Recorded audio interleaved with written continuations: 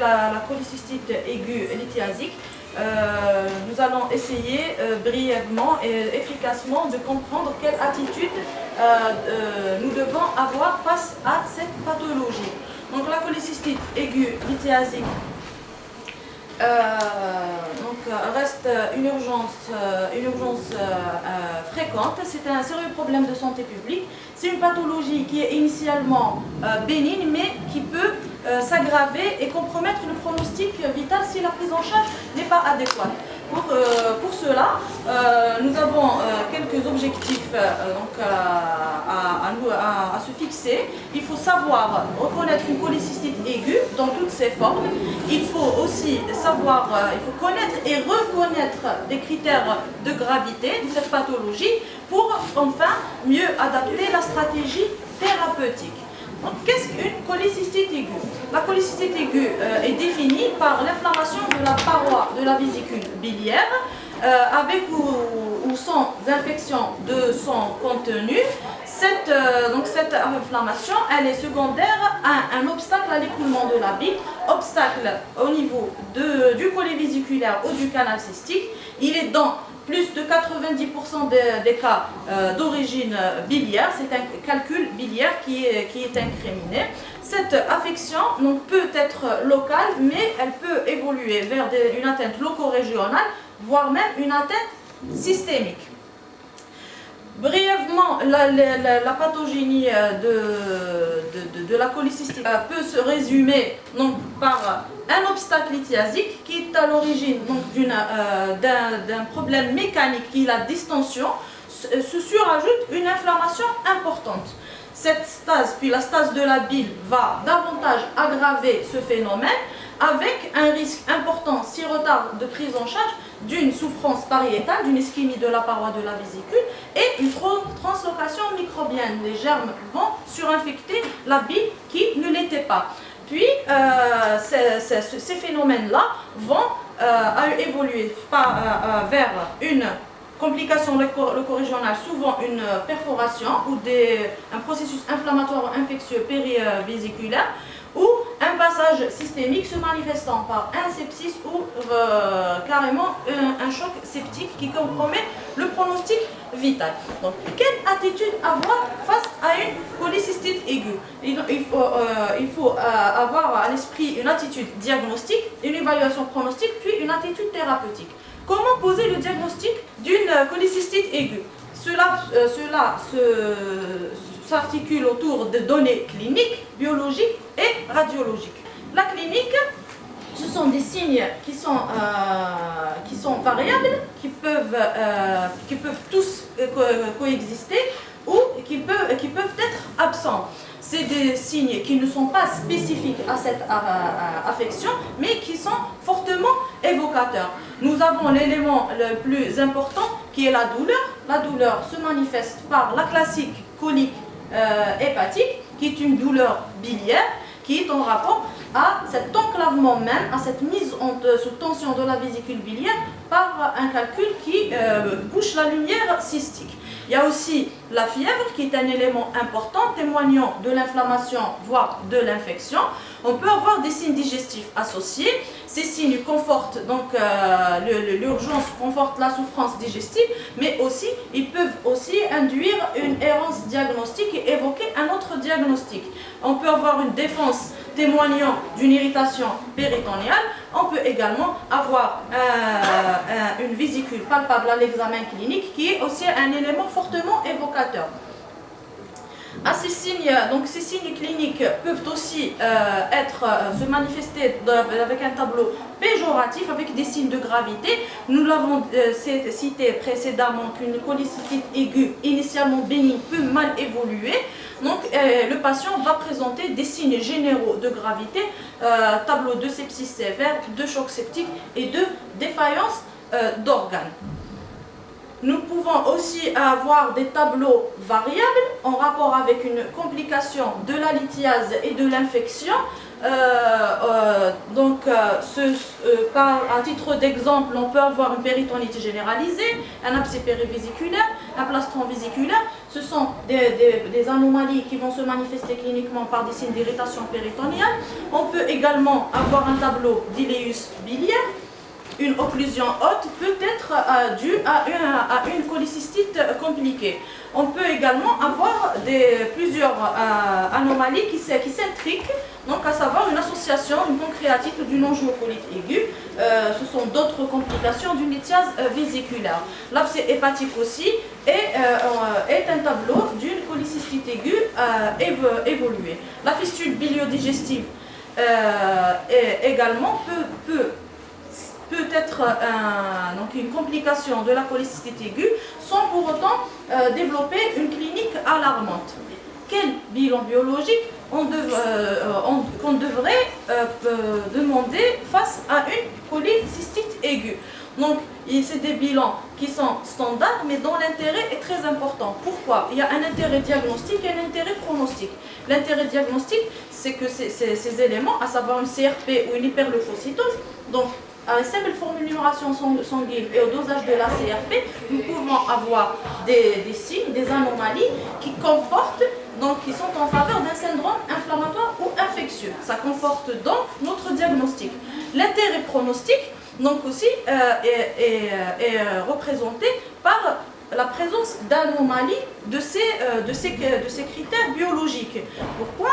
Parce qu'un passage systémique, un état de sepsis ou un état de défaillance d'organes se manifeste souvent par une perturbation des bilans biologiques. Le bilan biologique étant le reflet de toute souffrance organique. Après les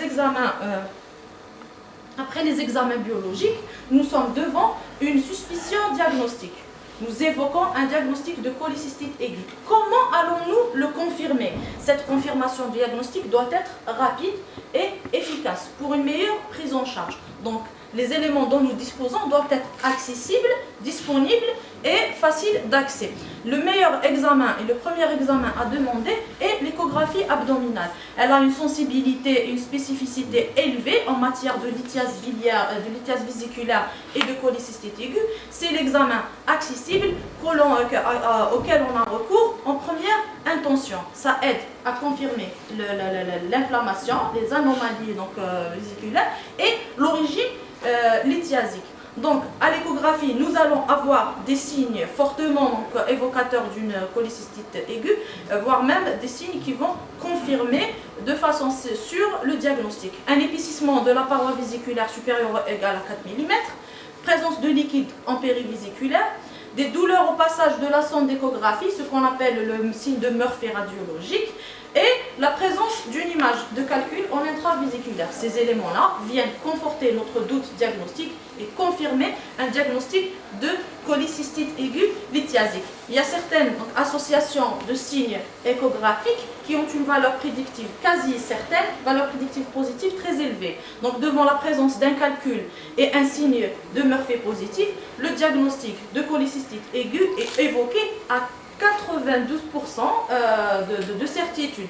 La présence aussi d'un calcul, par exemple, avec un épaississement supérieur à 4 mm, donc a une valeur prédictive positive de 95%. Pour savoir que le simple examen échographique, qui est accessible et non invasif, peut être suffisant pour poser le diagnostic. Par ailleurs, donc sur ces images-là, nous pouvons voir sur deux images d'échographie abdominale, une vésicule biliaire, une paroi épaissie. Sur la première image, donc à ma gauche, il y a même l'image du calcul enclavé.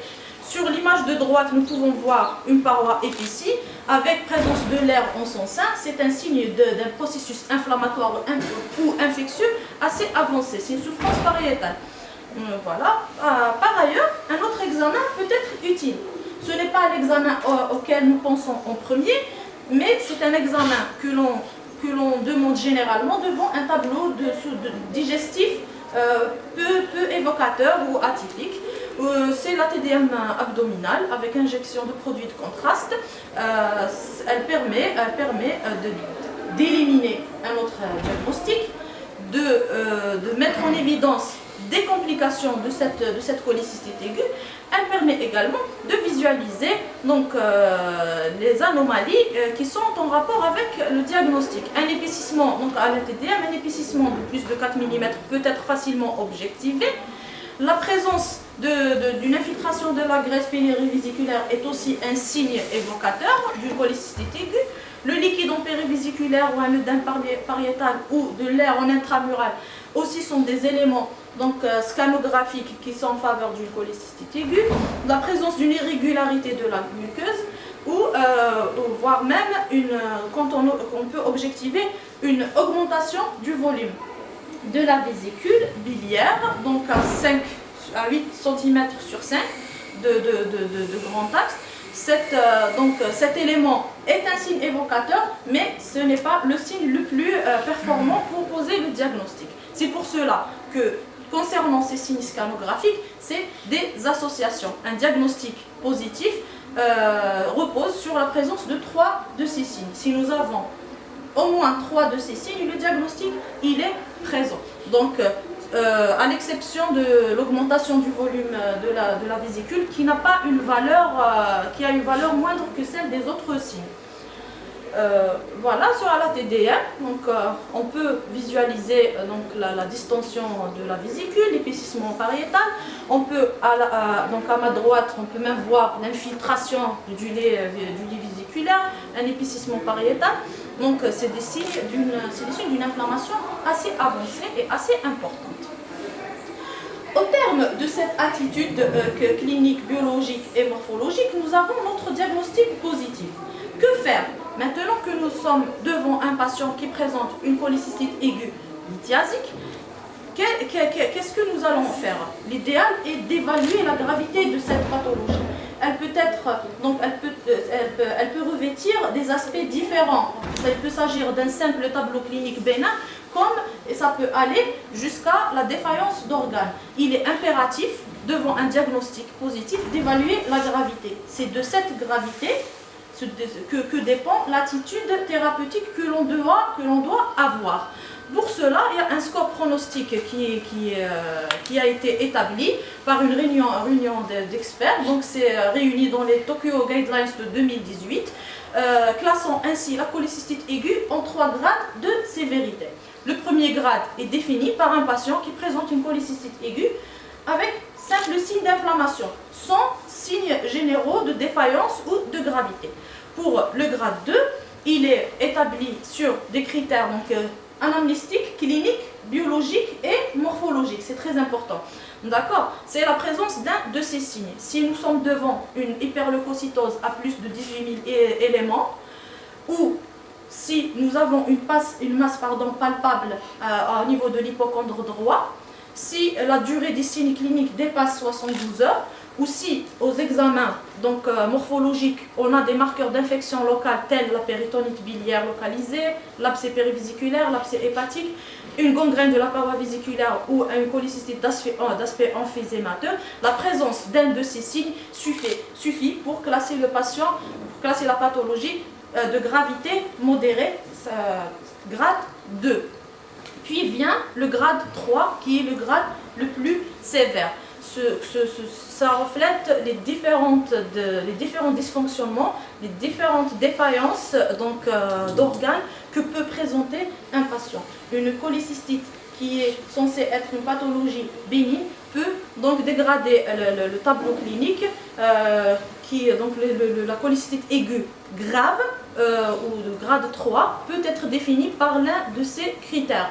Un dysfonctionnement cardiovasculaire qui est défini par une nécessité, donc une hypovolémie, une potentiel nécessitant l'introduction de drogues vasoactives, la dopamine ou n'importe quelle dopamine à cette dose, ou n'importe quelle dose de dobutamine ou de noradrénaline.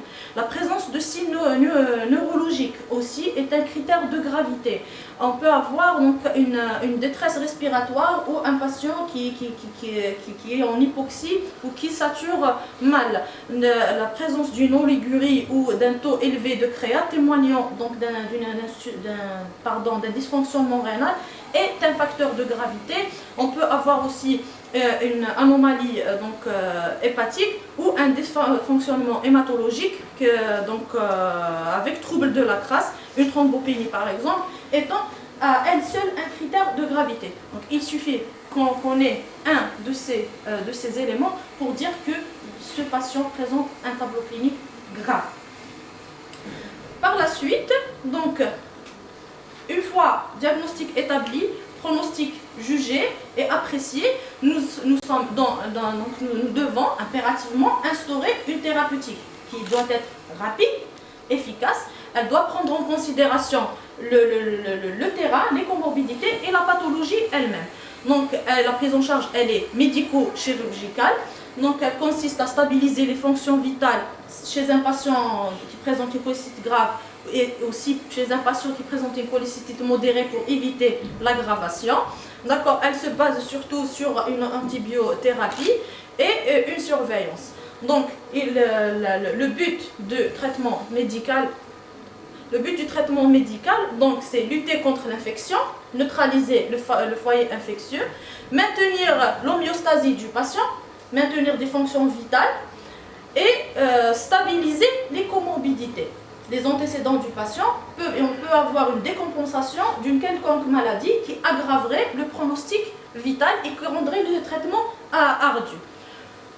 Pour cela, donc, pour le traitement médical, il y a l'antibiothérapie. C'est un sujet qui fait débat, c'est un sujet qui fait encore débat. Donc, quel antibiotique choisir? Donc, il faut choisir un antibiotique actif sur les germes gram négatifs avec une bonne diffusion biliaire. C'est une antibiothérapie probabiliste, puis ajustée en fonction des prélèvements et des hémocultures, idéalement. Donc, dans tous les cas, il faut essayer, dans les formes sévères, avoir une bactériologie par hémoculture ou par prélèvement de la bile. C'est très important pour ne pas instaurer un traitement qui n'est pas efficace, rendant ainsi le traitement vain. Donc il y a les pénicillines, les antibiotiques qu'on peut utiliser, les pénicillines, l'ampicilline, la pépéracilline ou une association pépéracilline-tazobactam. Il y a aussi, diapo suivante s'il vous plaît, donc les céphalosporines telles céphazolines et ceftriaxone ou les fluoroquinolones et les lindocosamides. Ce sont les molécules de choix que l'on utilise pour le traitement donc, de la cholécystite aiguë vu leur bonne diffusion biliaire.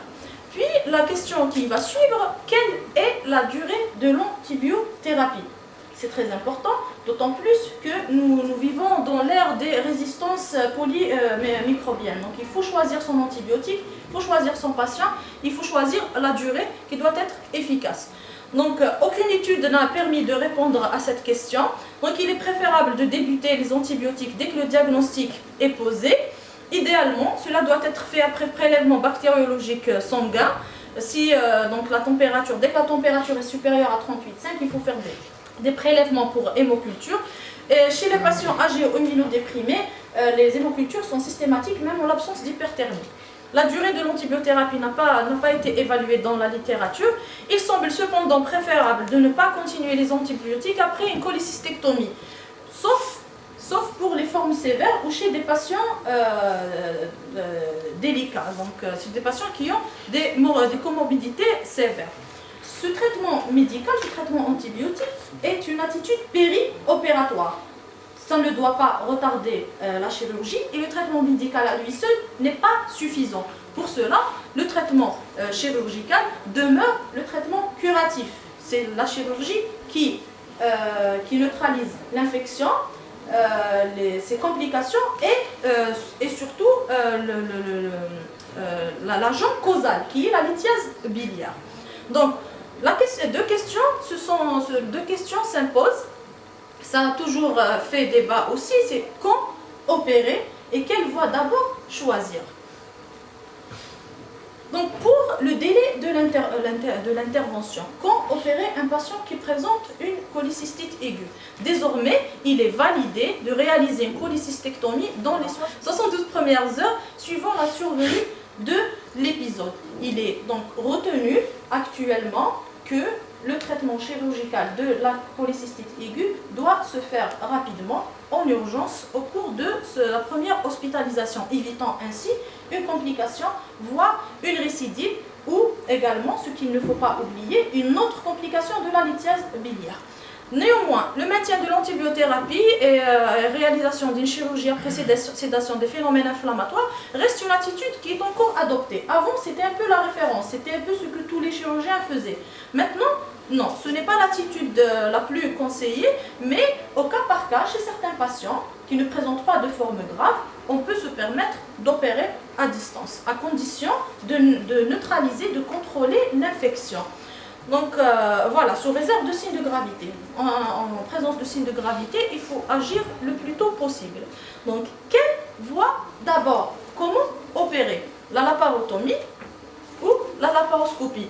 Pendant longtemps, la cholécystectomie par voie donc à ciel ouvert, entre guillemets, par voie laparotomique, était appelée communément la voie classique. Mais désormais, le classique, c'est la cholécystectomie par voie cilioscopique. C'est la référence pour une lithiase biliaire non compliquée et pour la cholécystectomie. Donc, il a été retenu, donc il a été validé que la voie laparoscopique reste l'approche idéale, la voie idéale pour une cholécystectomie, sous réserve toujours de la disponibilité d'un plateau technique, de l'entraînement du chirurgien, vu que pour une cholécystectomie, les difficultés opératoires sont plus importantes qu'une simple lithiase vésiculaire non compliquée. Donc l'avantage aussi de la laparoscopie, de la célioscopie, c'est qu'elle est moins invasive, il n'y a pas de préjudice pariétal, elle permet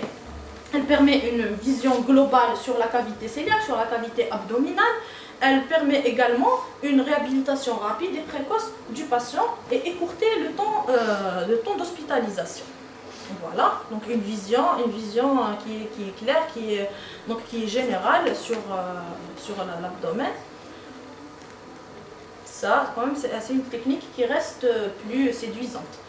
Donc, concernant les indications thérapeutiques, donc que faire, quand le faire, donc c'est en fonction des cas, c'est en fonction des grades. Pour le grade A, on propose une cholécystectomie laparoscopique dans les 72 heures d'hospitalisation. C'est le traitement idéal. Pour le grade 2, qui est une cholécystite modérée à grave, on peut aussi avoir des lésions très avancées, c'est toujours une cholécystectomie. L'indication est la cholécystectomie en urgence par voie laparoscopique. Et bien évidemment, tout ça sous couvert d'une antibiothérapie et de mesures de surveillance médicale. Il y a tout de même, pour cette catégorie de patients, il y a un risque de conversion en laparotomie et de morbidité post-opératoire. Les traumatismes biliaires sont plus fréquents quand c'est une cholécystite que quand c'est une simple lithiase vésiculaire que l'on doit opérer. Pour le grade 3, la chirurgie n'est pas indiquée. C'est des patients qui sont généralement instables et dont la chirurgie aggraverait l'état général. Elle constitue à elle-même un facteur de risque. Donc, devant un patient qui présente une cholécystite grade 3, c'est la réanimation intensive et éventuellement un drainage biliaire percutané, le geste le plus court, le plus rapide et qui permet de drainer ce qui est infecté. Chez un patient ne pouvant pas tolérer une intervention chirurgicale ou une anesthésie générale. Voilà, donc un drainage biliaire percutané reste quand même un traitement le moins invasif que l'on peut proposer à un patient non opérable. L'évolution de la cholécystite aiguë. Avec traitement, l'évolution est généralement favorable. Néanmoins, on peut avoir des complications propres, donc des complications qui est propre à la lithiase biliaire en général, telle la lithiase résiduelle. On peut également avoir des complications de la chirurgie elle-même, du geste chirurgical lui-même. C'est pour cela qu'il faut quand même s'assurer d'un tableau technique adéquat pour la prise en charge chirurgicale. Sans traitement, l'évolution va en s'aggravant. C'est la complication locale, des abcès, péritonites, voire même des suppurations hépatiques, une défaillance d'organes ou carrément évolution vers le décès. En absence de traitement, une pathologie qui était bénigne, qui est censée être bénigne, pourrait compromettre le pronostic vital du patient. Donc pour finir, il faut noter que la cholécystite aiguë reste une pathologie qui est très fréquente, que tout médecin en cours de son exercice va croiser. Il est important d'en connaître toutes les formes cliniques, de savoir poser le diagnostic rapidement, d'évaluer le pronostic et de proposer la meilleure thérapeutique pour préserver le pronostic vital et opérer. Donc la chirurgie reste le traitement curatif, le traitement de référence qui est donc destiné à à éviter les complications et à enlever l'agent causal. Je vous remercie.